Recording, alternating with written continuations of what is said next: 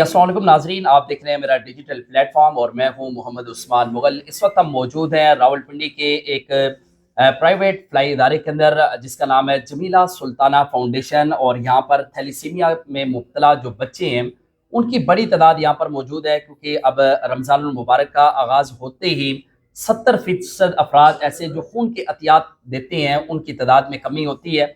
इस व्लॉग में मैं आपको बताऊंगा कि थैलेसीमिया फाइटर्स जो हैं उनको किन किन मुश्किलात का सामना करना पड़ता है, उनके जो वालिदैन हैं वो किस अजियत से गुजरते हैं। लेकिन जो खून के एहतियात देने वाले अफराद हैं शायद वो ये समझते हैं कि रमज़ानुल मुबारक में खून के एहतियात जो है वो नहीं दिए जा सकते। और इस हवाले से जो माहिरीन है वो क्या कहते हैं, और जो ब्लड बैंक है उसका भी आपको विजिट करवाएंगे कि किस तरह सैंपलिंग की जाती है, किस तरह ये कलेक्ट करने के बाद उसके नमूने किस तरह हासिल किए जाते हैं, और उसके बाद ये खून किस तरह इन बच्चों की जिंदगियां बचाने के लिए जो वो इस्तेमाल किया जाता है, और कितना बैकअप इस वक्त इनके पास मौजूद है। इस फ्लाई इदारे के अंदर हम मौजूद हैं और मेरे कैमरामैन आपको बताएंगे कि आप देख सकते हैं कि ये तमाम वो बच्चे हैं जो थैलीसीमिया की इस बीमारी के अंदर मुब्तला हैं, और खून का एक एक कतरा इनके लिए काफ़ी कीमती है, क्योंकि उसी खून के एक कतरे से इनकी जिंदगियां जो है वो बचाई जा सकती हैं। कम से बच्चे भी यहाँ पर मौजूद हैं, बच्चियाँ यहाँ पर मौजूद हैं, और इन्हें रोज़ाना की बुनियाद पर यहाँ पर खून के अतियात जो है वो दिए जाते हैं। और आप देख सकते हैं कि अभी भी यहाँ पर इन्हें ब्लड जो है वो दिया जा रहा है, और कुछ बच्चे हमारे साथ मौजूद हैं। पहले हम उन बच्चों से बात करेंगे, उसके बाद जो एक रज़ाकार हैं उनसे हम बात करेंगे, और उनकी जो खिदमात हैं वो भी आपके गोश गुजार करेंगे, इनसे हम बात करेंगे। अच्छा, मुझे बताएं कि किन किन मुश्किलात का सामना रहता है रमज़ान में, और जो खून के एहतियात देने वाले अफराद हैं उनके लिए आपका क्या मैसेज है? रमज़ान में ब्लड की शॉर्टेज की वजह से काफ़ी सारे मुश्किलात आती हैं थैलेसीमिया पेशेंट्स को कि ब्लड टाइम पे नहीं मिलता, और जिसकी वजह से उनकी तबीयत डाउन हो जाती है। काफ़ी सारी कॉम्प्लिकेशंस होती हैं जिसकी वजह से उन्हें वो काफ़ी सारी बीमारियां भी हो जाती हैं, बुखार वगैरह जैसे थकावटों की। उसके लिए उन्हें ज़रूरी है हाँ कि हाँ, ब्लड वो की बताएंगे ट्रांसफ्यूजन। बताएंगे तो बताएंगे। जब ब्लड शॉर्ट हो जाता है तो फिर ट्रांसमिशन में भी गैप ज़्यादा आ जाता है। तो इसलिए मेरी सबसे अपील है कि आएँ और सारे थैलेसीमिया तो पेशेंट्स हंसता की क्यों जान है? वो बचाएँ और ज़्यादा से ज़्यादा ब्लड शुक्रिया डोनेट जी, करें। आपने हमें आप पूछा, अभी तो बहुत रमज़ान है, वायरल हुआ रमज़ान की इफ्तारी के बाद आप आके यहाँ पे जमीला सुल्ताना में एनी टाइम आप आके डोनेट कर सकते हैं ब्लड। जी बिल्कुल, आपने जो थैलेसीमिया फाइटर है उनसे उनका मौक़िफ़ आपने सुना। ये स्कीम 3 का इलाका है, जमीला सुल्ताना फाउंडेशन है। यहाँ पर रोज़ाना की बुनियाद पर 40 से 50 बच्चे जो हैं उन्हें खून के अतियात जो है वो दिए जाते हैं। ये एक और थैलेसीमिया फाइटर जो है हमारे साथ मौजूद है। अच्छा, मुझे बताएँ कि किन-किन मुश्किलात का सामना रहता है, और जो डोनर्स हैं उनके लिए आपका क्या मैसेज है? बेसिकली जब शॉर्टेज होती है ब्लड की, तो हमारे इधर जो डोनर्स आते हैं उनकी भी शॉर्टेज होती है, तो ब्लड का काफ़ी सारा मतलब मसला खड़ा हो जाता है, जिसकी वजह से हमें ट्रांसफ्यूजन्स टाइम पे नहीं होती। तो उसकी वजह से तबीयत भी काफ़ी ज़्यादा डाउन रहने शुरू हो जाती है। तो मैं डोनर्स को ये मैसेज देना चाहूँगा कि ज़्यादा से ज़्यादा ब्लड डोनेट करें, ताकि हमारे जैसे बच्चे जो होते हैं जो इन मुश्किलात का सामना कर रहे होते हैं, ताकि उनके लिए थोड़ी-सी आसानी हो सके।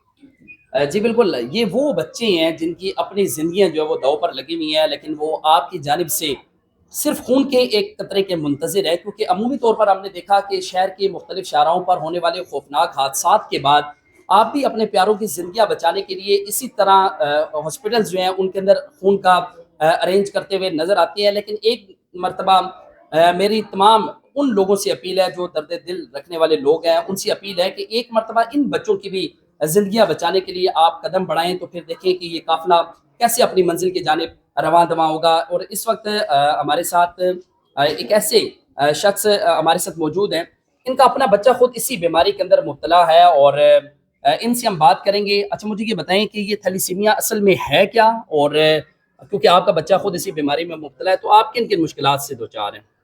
बहुत शुक्रिया। थैलेसीमिया बेसिकली एक जेनेटिक ब्लड डिसऑर्डर है। इसमें दो थैलेसीमिया माइनर जब आपस में शादियां करते हैं तो उनमें 25% चांस होते हैं कि आपका पैदा होने वाला बच्चा थैलेसीमिया मेजर हो।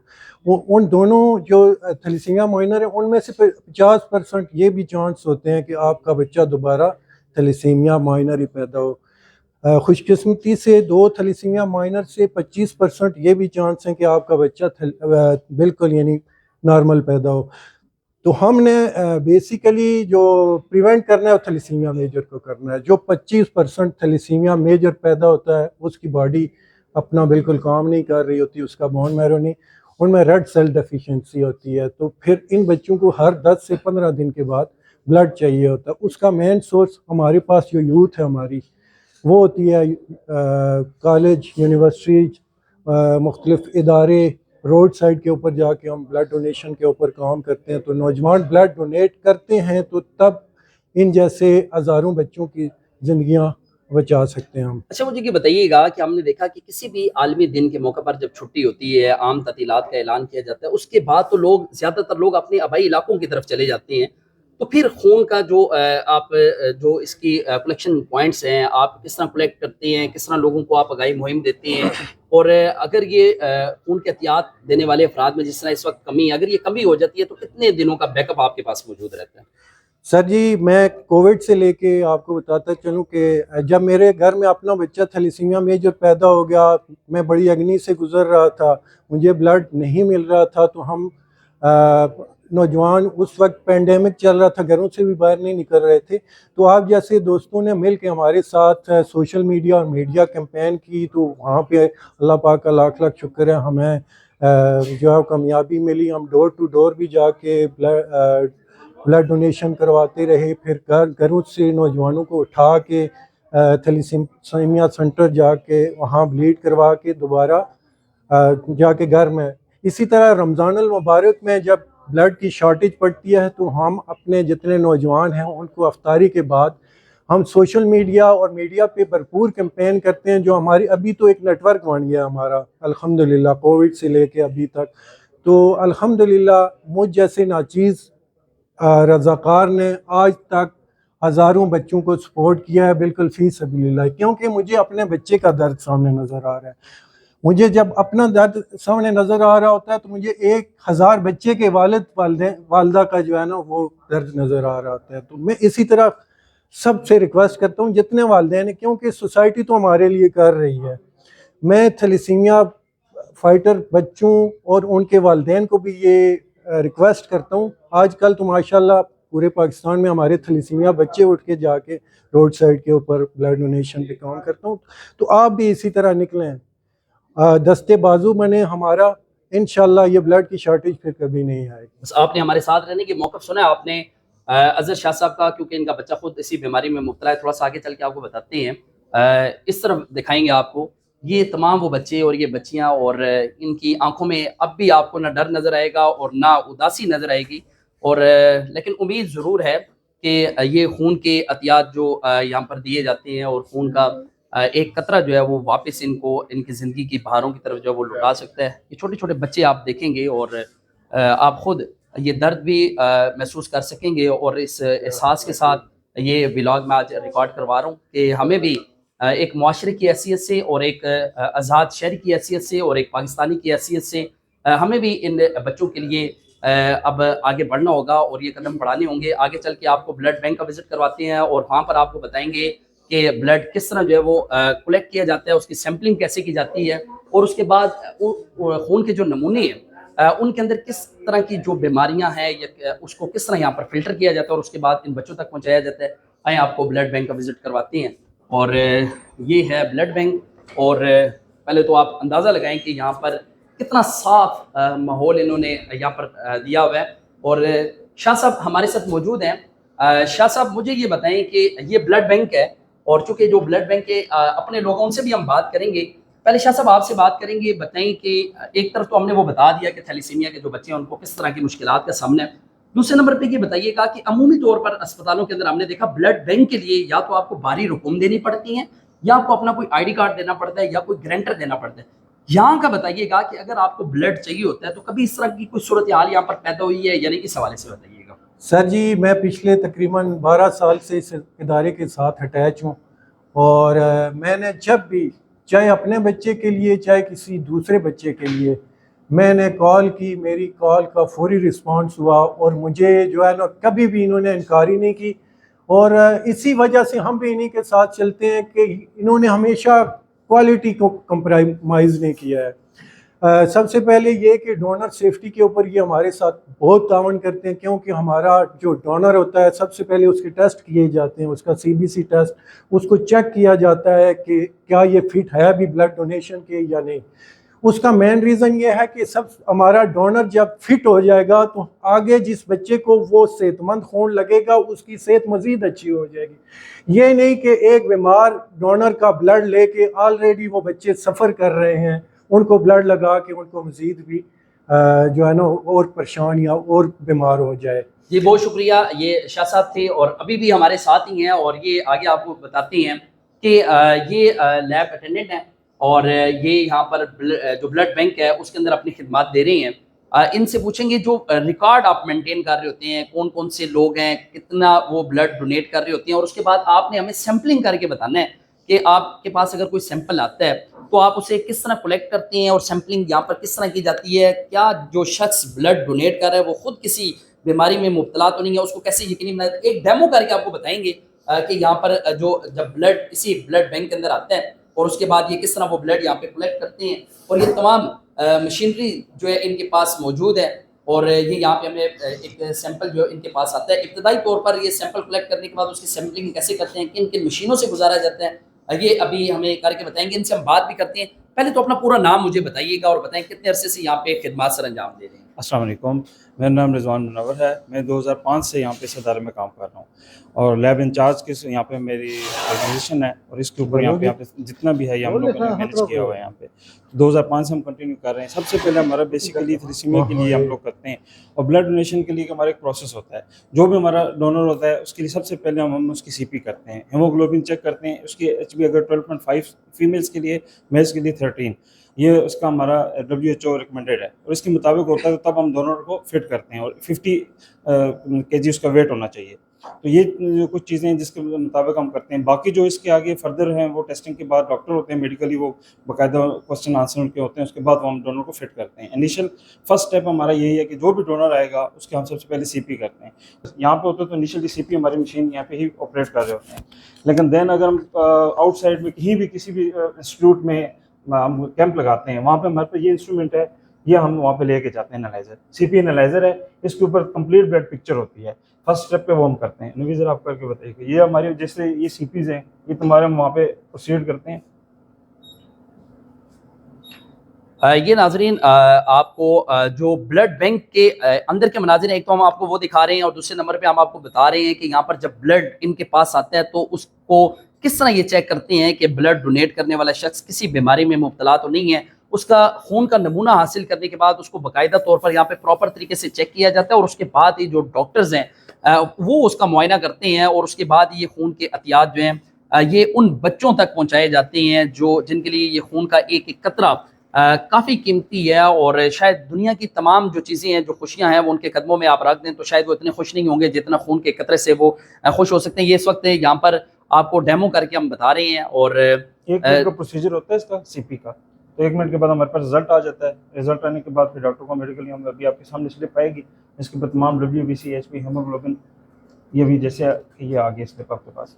ये अब इसका रिजल्ट आ चुका है और इसके ऊपर से पता चलेगा कि खून इसके ऊपर जैसे किन किन चीजों हेमोग्लोबिन 15.7 है। ठीक है, ठीक है, ये डोनर एज ए डोनर हमारे लिए फिट है। WBC, HB, हेमोग्लोबिन, प्लेटलेट्स, इन 3 चीज़ों को हम वहाँ पे मॉनिटर कर रहे होते हैं और इसी की बेस के ऊपर जो है ना वो हम ब्लड ले रहे होते हैं। क्योंकि अगर ये आपका जो है 11,000 से अबव हो तो WBC हम डोनर नहीं लेते और इसी तरीके से हेमोग्लोबिन अगर 13 पॉइंट से अबव होगी तो तब हम लेंगे। अगर इसके बाद अगला जो प्रोसेस है वो क्या नेक्स्ट प्रोसेस ये है कि डोनर का जो हम ब्लड लेते हैं, ब्लड लेने के बाद यहाँ पे हमारे पास आता है, ये हमारा इंस्ट्रूमेंट है, ये सारा ऑटोमेशन है। ठीक है, इसके ऊपर हम उसके तमाम टेस्ट वगैरह इस पे लगाते हैं। ये जैसे कि लास्ट हमारी अभी जो आई हुई कलेक्शन उसकी डोनर्स की स्क्रीनिंग है, ये उनकी लगी हुई है, हेपेटाइटिस B, C, HIV, ये बाकायदा इनके ऊपर हम लगाते हैं। ये इसके बाद जिसका रिजल्ट नेगेटिव आता है देन वो प्रोसीड होता है, वो आगे फर्दर इसका होता है। सबसे पहले स्क्रीनिंग होती है BC, HIV, मलेरिया, सिफिलिस वगैरह की, वो हम यहाँ पे इसके 4 प्रोसीजर होते हैं वो करते हैं।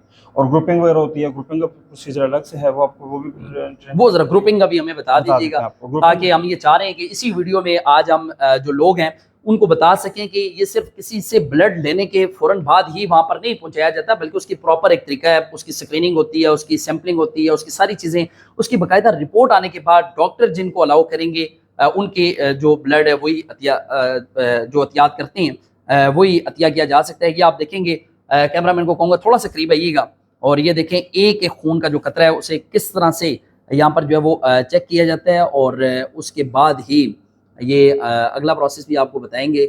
और ये देखें कि ये सिर्फ वीडियो बनाने का मकसद ये है ताकि वो लोग भी देख सकें कि जो ये खून के एहतियात कर रहे होते हैं उसके बाद भी कितनी मेहनत वाला काम है। ये तमाम मेहनत सिर्फ इसलिए की जाती है ताकि जो लोग हैं जिनके थैलेसीमिया फाइटर्स जो यहाँ पर मौजूद हैं उनकी ज़िंदगियों को अगर बचाया जा रहा है तो कितने महफूज तरीके से, ताकि सिर्फ इनका मिशन ये नहीं है कि सिर्फ उनकी ज़िंदगी की डोरें जो हैं उनको बचाया जा सके, बल्कि महफूज ज़िंदगी उनको दी जा सके। क्योंकि जिन उम्मीद के साथ वो इस जमीला सुल्ताना फाउंडेशन के अंदर आए हैं और वो लोग जो अपने ताउन से इस फाउंडेशन को चला रहे हैं उनके लिए भी ये एक सदका जारिया है। लाजमी नहीं है कि आप सिर्फ फितराना, ज़कात या बाकी चीज़ें जो हैं वो किसी को देकर और आप नेकियां कमा सकते हैं, क्योंकि रमज़ान मुबारक का जो महीना है इसमें किसी के साथ की हुई नेकी जो है उसका सवाब 70 गुना तक जो है वो बढ़ जाता है। और ये देखें, ये अब इन्होंने किया और ये बता रहे हैं कि ये ए पॉजिटिव है और ये काफ़ी अरसे से तकरीबन 19-20 साल हो गए इनको भी यहाँ पर खिदमत देते हुए। और ये आपको आज का व्लॉग करने का मकसद ये है ताकि हम आपको बता सकें कि खून के एहतियात देने के बाद भी उसे उन बच्चों तक पहुँचाने के लिए भी काफ़ी ज़्यादा लोग जो है वो काम कर रहे होते हैं और बाकायदा इतना बड़ा सेटअप है उनका। और उसके बाद जब यहाँ से ये सारा प्रोसेस जो है वो मुकम्मल किया जाता है उसके बाद आपको आगे चल के बताते हैं कि इस ब्लड को स्टोर कैसे किया जाता है। ये और हमारी एक इंस्ट्रूमेंट है जिसके ऊपर हम बैग जब लेके आते हैं, इसमें से एक ब्लड बैग है, उसमें 3 पार्ट्स होते हैं। उसमें WBC अलग कर लिए जाते हैं, जो फ्रेश फ्रोजन प्लाज्मा है, RCC इन थैलेसीमिया बच्चों को लगाया जाता है, और प्लेटलेट्स, ये 3 चीजें हैं। अब एक ही यूनिट से ये 3 पार्ट्स बनते हैं। ये हमारे पास इंस्ट्रूमेंट है जो क्रायोफ्यूज किया जाते हैं। इसके ऊपर बाकायदा हम ये सेंट्रीफ्यूज यहाँ पे क्रायोफ्यूज होते हैं और इसका प्रोसेस होता है 35 मिनट्स इसका प्रोसेस है और 4 बैग्स एट अ टाइम इसमें लगते हैं। और देन फिर उसके बाद फर्दर आगे इसके जो है ना नेक्स्ट प्रोसेस होने के बाद ये जैसे कि अभी आपके सामने ये हमारा स्क्रीन ब्लड है, ठीक है। ये अभी इसमें हमने ये हमारे पास जैसे आपके सामने जो है ना अभी ये भी हमारे पास RCC के ये बैग है, ठीक है। अब इसमें से पार्ट हमारे हमने जो FFP हैं वो बना चुके हैं, वो उसके लिए वैलिड होता है, वो हमारा 1 ईयर्स के लिए -35 वो हमारा अलग से इंस्ट्रूमेंट है, वहाँ पे वो किया जाता है। ये RCC को हम इसके अंदर तमाम वो ब्लड रखे जाते हैं जिनकी स्क्रीनिंग का अमल मुकम्मल करने के बाद उनको ये नाज़रीन आप देखेंगे A negative, B negative, O negative, AB negative, A positive, इस तरह तमाम ब्लड जो है उसको इलादा कर लिया जाता है। और उसके बाद ये तमाम वो ब्लड है जो ये कलेक्ट करने के बाद यहाँ पर लाते हैं और ये अनस्क्रीन ब्लड है। इसके बाद इसकी स्क्रीनिंग की जाएगी और इसे भी वहाँ पर मुंतकिल किया जाएगा। और ये आप देखेंगे कितने महफूज तरीके से ये यहाँ पर जो है वो रखा गया है। और इसका भी एक ये हमारा जितने भी बैग्स हैं ये अनस्क्रीन है, इनकी स्क्रीनिंग हमारी मिशन इंस्ट्रूमेंट में लगा हुआ है। जैसे रिजल्ट आएगा उसके बाद इनको प्रोसीड करके इनके ऊपर बाकायदा टैगिंग लगाई जाती है, जैसे कि इसकी स्क्रीन की ये टैगिंग है। अब उनके ऊपर आपके पास टैगिंग नहीं है, इसके ऊपर हम जब हो जाएगा तो इसके ऊपर टैगिंग लगा के स्क्रीन लगा रहता है तो वो हम यहाँ पे सेव कर लेते हैं, वो देन प्रोसेस हो जाता है। लेकिन FFP फ्रेश फ्रोजन प्लाज्मा के लिए ये हमारा इंस्ट्रूमेंट है।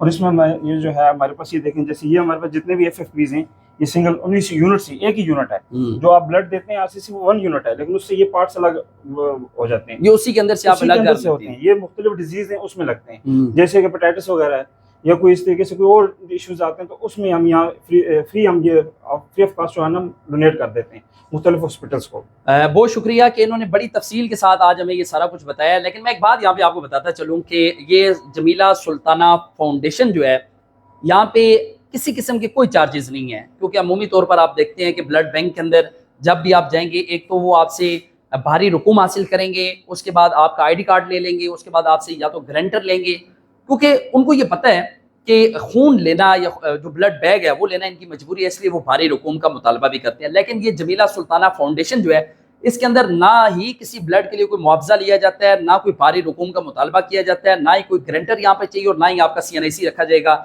सिर्फ यहाँ पर ये है कि जिस तरह ये इन बच्चों की ज़िंदगियाँ महफूज बनाने के हवाले से ये यहाँ पर खिदमत सर अंजाम दे रहे हैं और अल्लाह पाक इनको अजर भी देगा।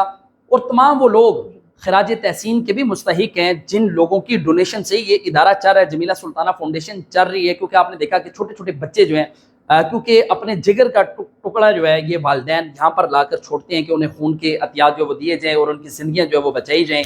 और इसलिए आज हमने स्पेशली रिक्वेस्ट की थी अज़हर शाह साहब से कि आज अज़हर शाह साहब पिछले 2 घंटों से हमारे साथ मौजूद हैं। शाह साहब, एक आखिरी क्वेश्चन है, मुझे ये बताइएगा कि आगाही मुहिम के हवाले से आप क्या करते हैं? और लोग शायद ये समझते हैं कि रमज़ान में खून के एहतियात नहीं दिए जा सकते, और शायद वो ये समझते हैं क्योंकि रोज़े की हालत में खून के एहतियात देने से उनकी अपनी तबीयत जो है वो ख़राब हो जाएगी। लेकिन मैं ये समझता हूँ कि खून के एहतियात देने से आपका जो जिस्म है वो भी पाक होगा, रोज़ा रखने से भी पाक होता है, लेकिन साथ अगर खून के एहतियात भी आप देंगे तो उसका सवाब आपको 2 गुना ज़्यादा मिलेगा। इस हवाले से मुझे बताइएगा। सर जी, सबसे पहली बात यह है कि ये टोटली मिथ्स हैं कि ब्लड देने से ये हो जाता है, वो हो जाता है। मैं आपके सामने एक थैलेसीमिया माइनर, थैलेसीमिया मेजर बच्चे का बाप थैलेसीमिया माइनर खड़ा हूँ। मैं अगर साल में 6 मेगा यूनिट दे सकता हूँ, 23 टाइम ब्लड दे सकता हूँ, मुझे कुछ नहीं हुआ तो किसी जवान को भी कुछ नहीं होगा।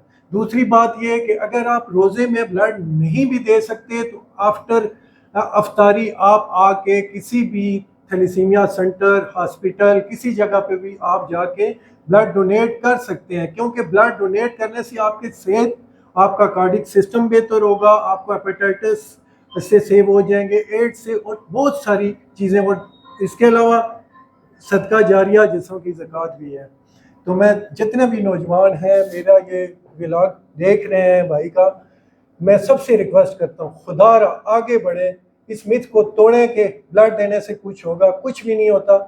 आपके एक ब्लड बैग से 3 कीमती ज़िंदगियाँ बच सकती हैं। एक थैलेसीमिया मेजर की ज़िंदगी बच सकती है, कैंसर के बच्चे की, और एक हीमोफीलिया के बच्चे की। यानी आपकी एक ब्लड बैग से भाई नहीं, आप एक ब्लड बैग दे रहे हैं, 3 ज़िंदगियाँ बचा रहे हैं। शुक्रिया अज़र शाह साहब का। सारा मौक़िफ़ आपने सुना और ब्लड बैंक का भी हमने आपको विज़िट करवाया, जहाँ पर थैलेसीमिया बच्चे जो हैं वो मौजूद हैं, उसका भी हमने विज़िट करवाया, और हमने अपने हिस्से की जो शमा थी वो रोशन कर ली है। और इसके बाद इनकी जहाँ भी कलेक्शन पॉइंट्स होंगे, जहाँ भी इनकी आगाही मुहिम होगी, सेमिनार्स होंगे, इनके इवेंट्स होंगे, मैं अपने व्लॉग के ज़रिए आपके गोश गुजार ज़रूर करता रहूँगा। तब तक के लिए इजाज़त दीजिएगा। अल्लाह ने के बाद।